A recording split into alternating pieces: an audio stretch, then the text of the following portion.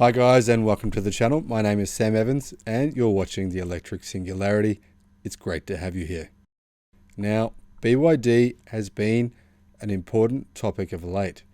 BYD are bringing electric vehicles to Australia, New Zealand and Norway. And I believe soon to the United States. Why do I think that? Well, one reason is they're going to sell damn well in the United States on price, and also the fact that a lot of people know the brand. A surprisingly large number of people know the brand. One way they know the brand, BYD has sold more electric buses than any other company in the world, and they've sold more electric buses than any other company in the United States. They have quite a lot of employees there. They even have a manufacturing base in the United States. It actually makes more sense for BYD to sell electric vehicles in the United States than it does in either Norway, Australia or New Zealand. Therefore, it's just the most likely scenario. I think, in fact, it's going to happen sooner than you think. Potentially, BYD are already planning for this now. Now, this is just my speculation, but usually when I speculate on something like this, I have a tendency to be right. Not sure why, but it seems to happen. However, guys, if you think otherwise, tell me why in the comments. Tell me why you think BYD won't come to North America. I think they will. Now, I'm going to talk about today BYD Tang's Norway specs, also their electric trash trucks and their electric bus orders. Now, one of the most consistent and considerable electric vehicle producers this past decade has been BYD. In fact, it was probably number one, especially if you roll in all of the electric buses and electric trucks it has sold. In the past couple of weeks though, BYD, which stands for Build Your Dreams, has put out some particularly interesting updates. Here are some of those updates. BYD Tang EV gets specifications for Norway. Now, I find this very interesting because these specifications may be relevant for Australia and New Zealand, and also I think soon for the United States. Now, BYD's electric Tang SUV is going on sale in Norway, that is a fact, and we have its specs. For the first time, these are heading outside of the Chinese market, so Norway will get them before Australia and New Zealand, but not by not by much. For some reason, we're just getting the NEDC ratings for the all-wheel drive 7-seater, not the much more realistic WTP ratings that are now the norm in Europe, so take these ratings with a grain of salt. However, BYD says the range is 505 kilometers or 314 miles out of its 86.4 kilowatt-hour battery. So you could expect the range to probably be closer to 400 kilometers in real-world driving, which is still pretty good. I think 400 kilometers is the sweet spot. Acceleration is 4.6 seconds, 0 to 100 for this model, or the same time for 0 to 62 miles per hour. That's fast, guys. So this is a pretty impressive car. That's faster than any of Volkswagen's ID models by some margin. So I'm pretty impressed by these specifications. And also, if you look at the interior, it looks pretty damn impressive. I love the fact that you can switch the portrait screen from being horizontal to vertical. I think that's a really cool design.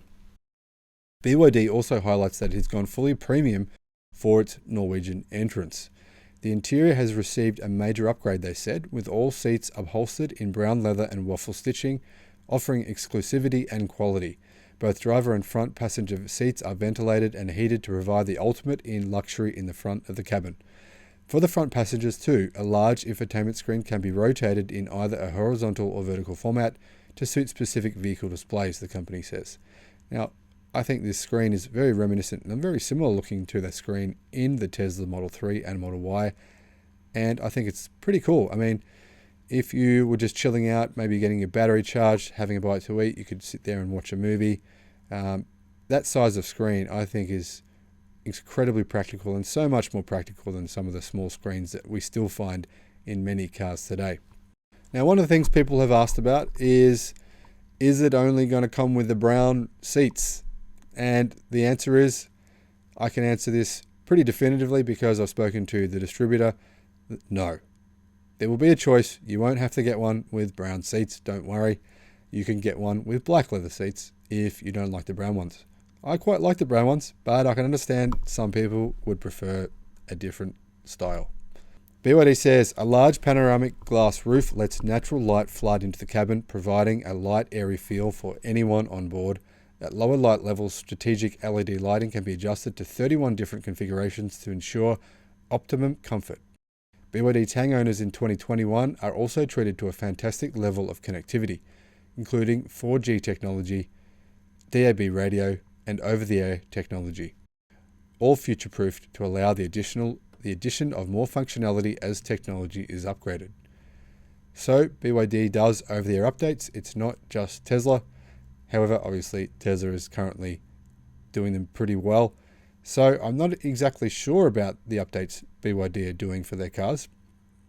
As soon as I can find out that information, I'll make a video about it and I'll share that with you. Production of the 2021 BYD Tang EV that will be sold in Norway begins in the second quarter this year, and initial deliveries are expected at the end of the summer. I think you'll find them probably being delivered towards November, December this year. And I think the timeline for the Tang in Australia and New Zealand is probably January of 2022. Now, moving on to their garbage trucks, or trash trucks, as you probably call them in the United States, guys. BYD also recently sold some sanitation trucks in Idaho. J&M Sanitation bought some of them. Only 2, but still, I think this is a start. And obviously BYD don't just sell these garbage trucks in America, they sell them all around the world. So these electric garbage trucks are headed to the city of Kuna, and they are the first electric garbage trucks in the state of Idaho. Hopefully other cities start to buy these, and I think this trend is going to really catch on in a range of countries around the world as new councils, municipalities need to upgrade their trucks. They're not going to, you would think they're unlikely to upgrade their vehicles or to replace their vehicles when they need to be replaced with a stinky diesel vehicle. So this is a really good opportunity for BYD, and obviously they're pushing this. So, how rare right now are electric garbage or trash trucks? Very rare, unfortunately. BYD says that these 2 trucks are just the 9th and 10th in the United States. Presumably that means just the 9th and 10th from BYD. Hopefully there are electric garbage trucks from other manufacturers. So here is some information about those garbage trucks. The BYD 8R heavy-duty trucks feature BYD's proprietary electric propulsion system designed specifically for refuse collection. With a 295 kilowatt-hour battery capacity, the trucks are built to support a full day's operations. The cabs, chassis, and propulsion systems were built by BYD and are equipped with 31-yard automated side loader bodies made by AmRep, a refuse truck body manufacturer. The all-electric trucks feature an all-Hardox 450 body shell, providing unparalleled strength and durability with a 175k PSI rated hopper and body, offering an exterior 4 times stronger than ordinary mild steel grades while weighing 20% less than a traditional refuse truck. Pretty damn impressive that they've been able to make the weight of this vehicle lighter than an ICE-powered vehicle. Now, obviously, BYD knows what they're doing when it comes to garbage trucks. They've been making them in China for quite a while now. So you can imagine they have quite a bit of experience with this industry. They also make a range of other vehicles, trucks, they actually make a very wide range. I think they make 14 different types of commercial vehicles. Now, in addition to these trucks, BYD have recently sold a number of buses, all around the world. They have a bus manufacturing facility in Brazil. They have another one in Australia that they're building right now. Well, at least Nextport is building that on behalf of BYD, I assume.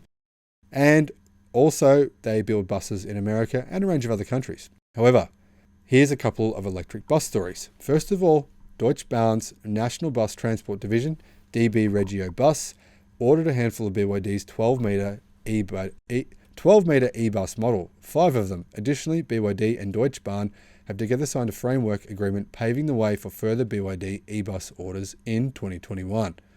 Even more interesting than this, First Bus has ordered 22 BYD ADL Enviro 200 EV electric buses for the upcoming COP26 United Nations Climate Change Conference in Glasgow, Scotland. 7 months ago, First Bus committed to not buying another diesel bus after 2022 and having a 100% electric fleet by 2035. They said, Using BYD's battery electric driveline technology, ADL will assemble the buses at its factory in Falkirk, ensuring the investment benefits the local economy in Scotland's Central Belt. The new electric vehicles, which will be 11.6 metres long and seat up to 40 passengers each, will be based at the state-of-the-art First Bus Caledonia depot in Glasgow.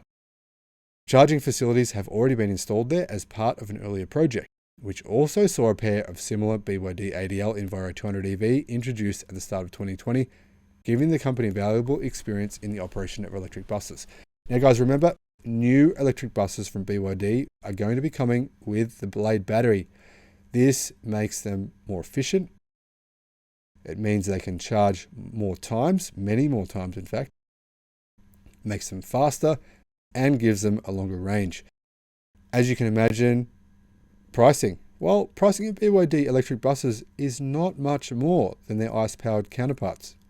And I can see price parity happening within 2 to 3 years. Realistically, I think that's a realistic time frame.